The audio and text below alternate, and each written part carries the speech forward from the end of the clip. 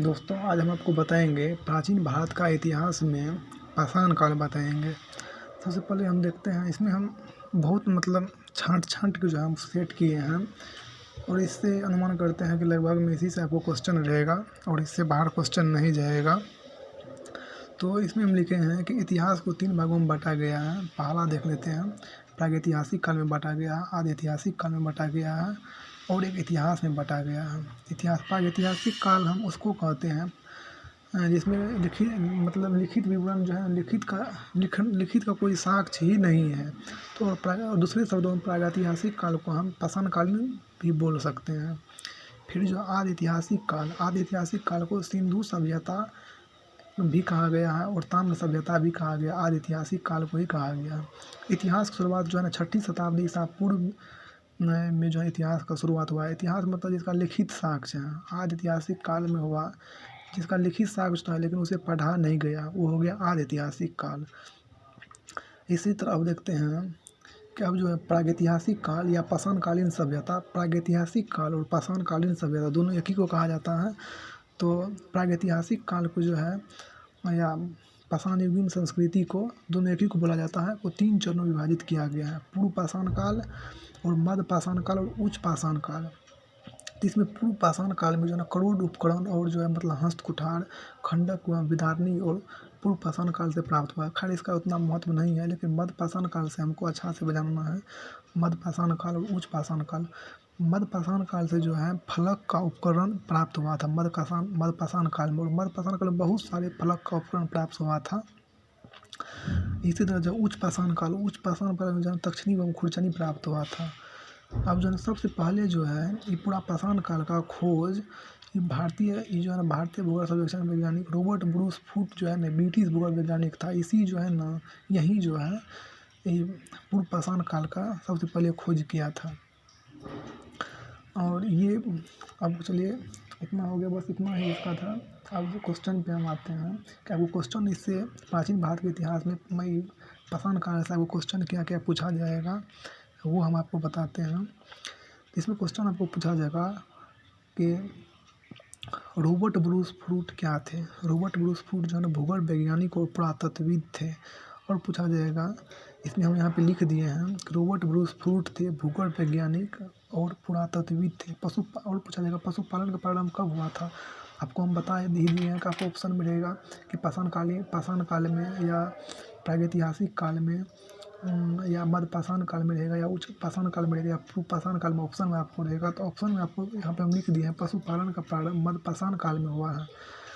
और पूछा जाएगा मध्य पाषाण काल में पशु के प्रमाण मिले हैं, मतलब इसका मतलब हुआ है कि मध्य पाषाण काल में पशु का प्रमाण कहाँ से मिला है, उस जगह का नाम बता रहा है, मतलब बोल रहा है क्वेश्चन में। आपको बताना है आदमगढ़ से मिला है।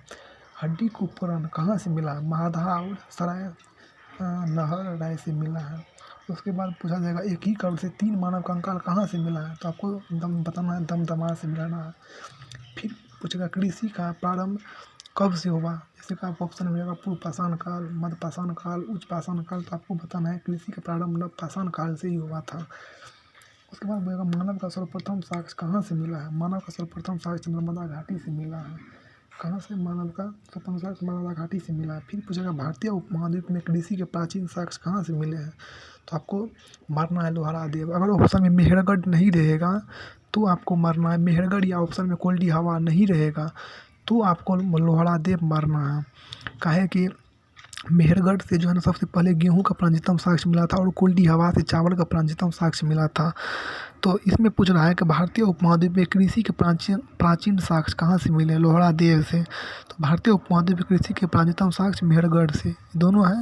इसका मतलब ये हुआ कि अगर मेहरगढ़ ऑप्शन में नहीं रहेगा तो लोहारा देव ही मारना है आपको। उसके बाद जो है चलिए हम अलग पेज देखते हैं।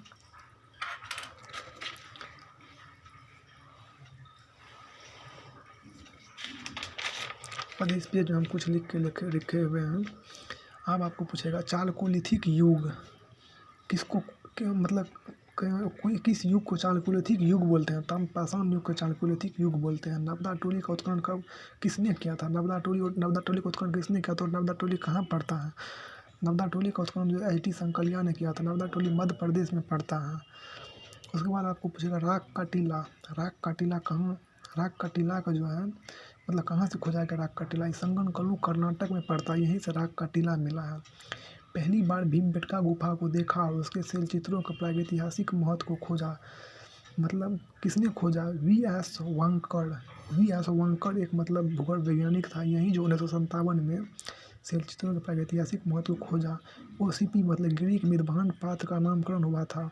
ओसीपी का मतलब पूरा नाम होता है ग्रीक मृदभांड पात्र का नामकरण हुआ था हस्तिनापुर में। किसने किया था? बीबी लाल ने किया था। हस्तिनापुर कहाँ पड़ता है? यूपी में पड़ता है। मानव